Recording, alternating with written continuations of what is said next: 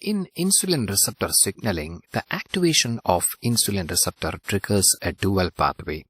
Upon activation, this insulin receptor mediates two pathways, a dual pathway. The first one is the metabolic response, that is mediated by IRS or insulin receptor substrates that controls glucose uptake, storage and metabolism, mediated by PI3K-AKT pathway. The second one is a mitogenic response that is mediated by SHC or IRS, the classical RAS-MAPK pathway that regulates cell growth, proliferation and differentiation. In this video, we'll be discussing IR-mediated metabolic pathway and GLUT4 translocation, a stepwise explanation for better understanding, then IR-mediated mitogenic pathway, insulin resistance and how this mitogenic pathway leads to chronic diseases, and what are our therapeutic goals and promising drug candidates. Let's begin with IR metabolic pathway, or it's also called as PI3-AKT pathway. So let's break down this entire pathway into simple steps for better understanding. Pathway is responsible for glucose, lipid and protein management, their storage and metabolism.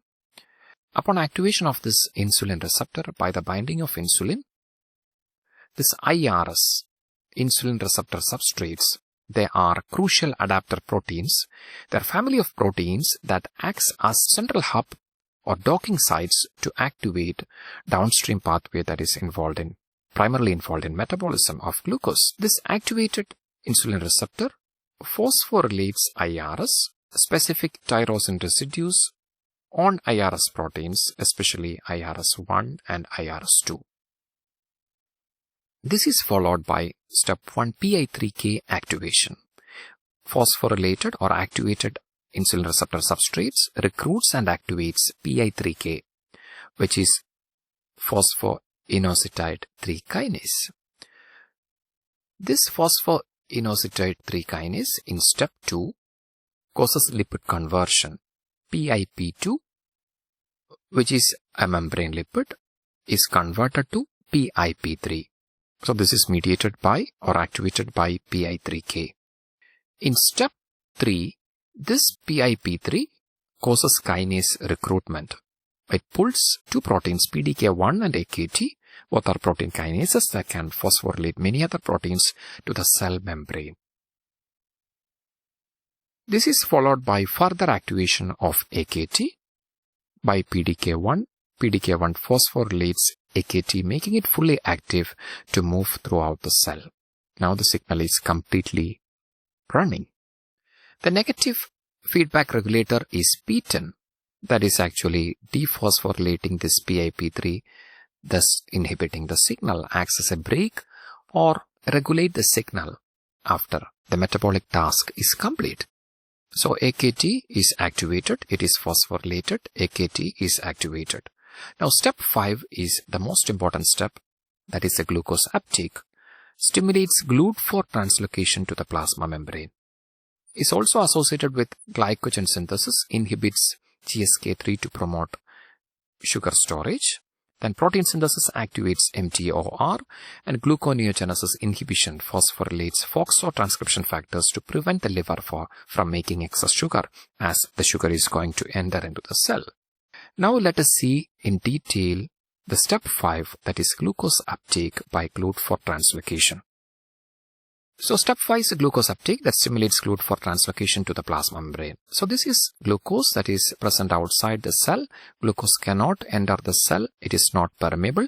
It can enter the cell only through this GLUT4 transporters or transmembrane channels. In muscles and fat cells, majority of GLUT4 are held in intracellular vesicles, as you see here.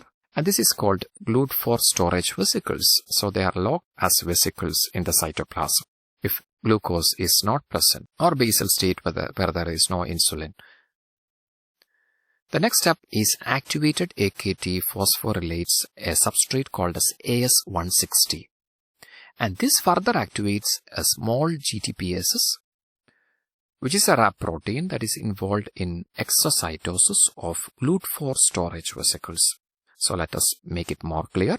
So this is the vesicle with GLUT4 transporters, And activation of the signal or AKT-AS160 activation causes the movement of these vesicles to the plasma membrane, and this vesicles fuses with the plasma membrane, and this GLUT4 transporters are embedded into the plasma membrane.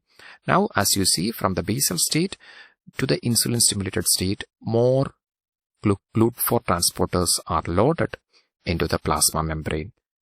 And that actually enhances the glucose uptake into the cell.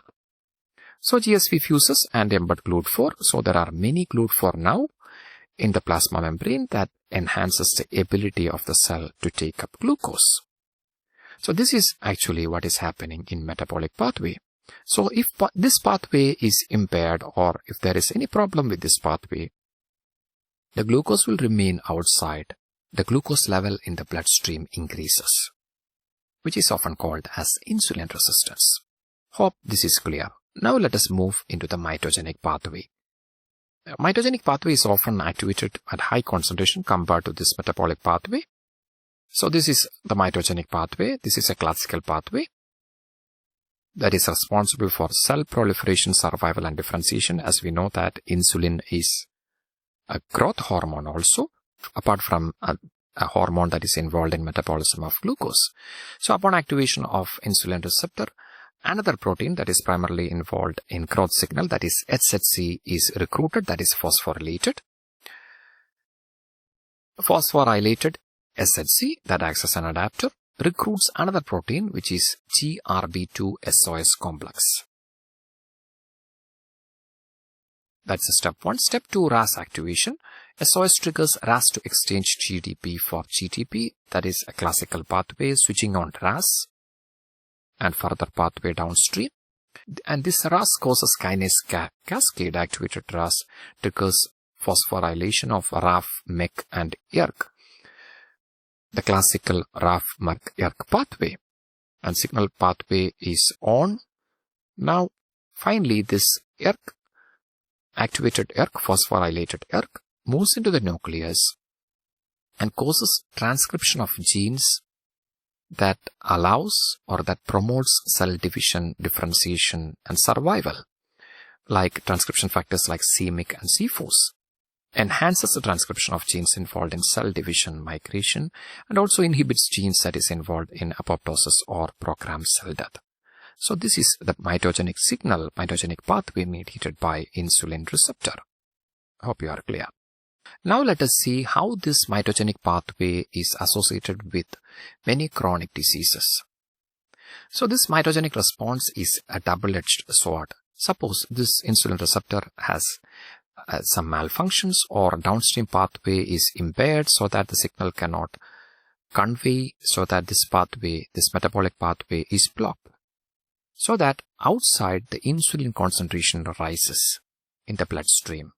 This generally activates this mitogenic pathway. So this pathway is on, that lead to growth and cell division, often leading to inflammation because of this insulin resistance. This is called insulin resistance, as the glucose cannot be metabolized due to the problem with the receptor or downstream pathways. And an unchecked mitogenic pathway is happening that lead to many diseases like cardiovascular diseases that leads to atherogenic dyslipidemia, that means high VLDL, low HDL, which is a good cholesterol, and high LDL. These high VLDL and LDL is atherogenic, that can cause fatty deposits in the arteries, leading to major cardiovascular diseases or plaques, plaque deposition. Then neurodegeneration is also the reason of this activation of this mitogenic pathway. Brain insulin resistance impairs neuron survival, leads to stimulation of GSK3 beta, which causes hyperphosphorylation of tau proteins and enhances amyloid beta plaque deposition, the primary reason for Alzheimer's. It can of course cause cancer. Unchecked MAPK signaling and high levels of IGF can accelerate the growth of neoplasms, angiogenesis, and metastasis in cancers of the breast, colon, liver, and pancreas. So, unchecked mitogenic pathway activation can lead to many chronic diseases associated with insulin receptor and insulin receptor mediated pathway. So our therapeutic goal is to devise or a drug that is an agonist that is biased towards the metabolic pathway or restoring this metabolic pathway, whereas without interfering with this mitogenic pathway, or unwanted growth signals are avoided. There are some promising candidates. Research is going on. First one is peptide S596, a synthetic peptide shown to selectively activate AKT over this ERK pathway. The second one is XMET-A, which is a human monoclonal antibody that acts as an allosteric activator of the IR, improving glycemic control with a favorable signaling profile. The research is going on regarding its further efficacy and safety. Hope you understand the pathway that is mediated by insulin receptor. The two pathways. The first one is the metabolic pathway where glucose metabolism happens, and the second one is a mitogenic pathway that leads to cell division and growth. Hope you are benefited from this video. Take care, stay blessed. Thank you so much. You are with biologyexamsforyou.com.